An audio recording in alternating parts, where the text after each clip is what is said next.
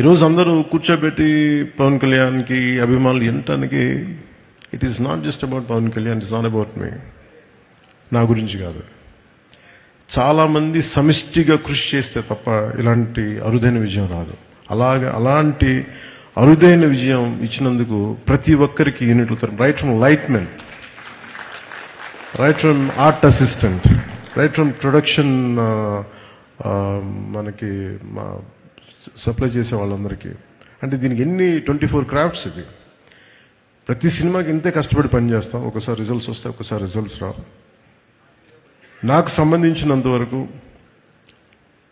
నేను ఎప్పుడు యాక్సిడెంటల్ యాక్టర్నే చెప్తాను. ఇప్పుడు నాకు ఎప్పుడు సుజీత్ నేను ఎంత అర్థం చేసుకున్నాను, సుజీత్ని నా సుజీత్లో నేను కనిపిస్తాను. నాకు సుజీత్ నాకు ఇప్పుడు దాకా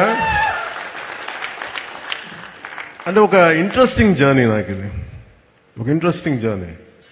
సుజీత్ కథ నాకు ఇప్పుడు దాకా చెప్పలేదు. మీకు సీక్రెట్ చెప్పాను, ఇప్పుడు దాకా నాకు చెప్పలే, ఎవరికి చెప్పలేదు కదా.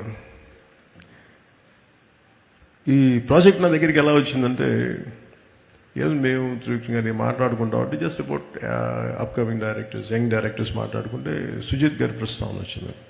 He has the capability, great capability అని ఆయన చెప్పారు. He being a director, he being a great writer. నాకు చాలా వండర్ అనిపించింది.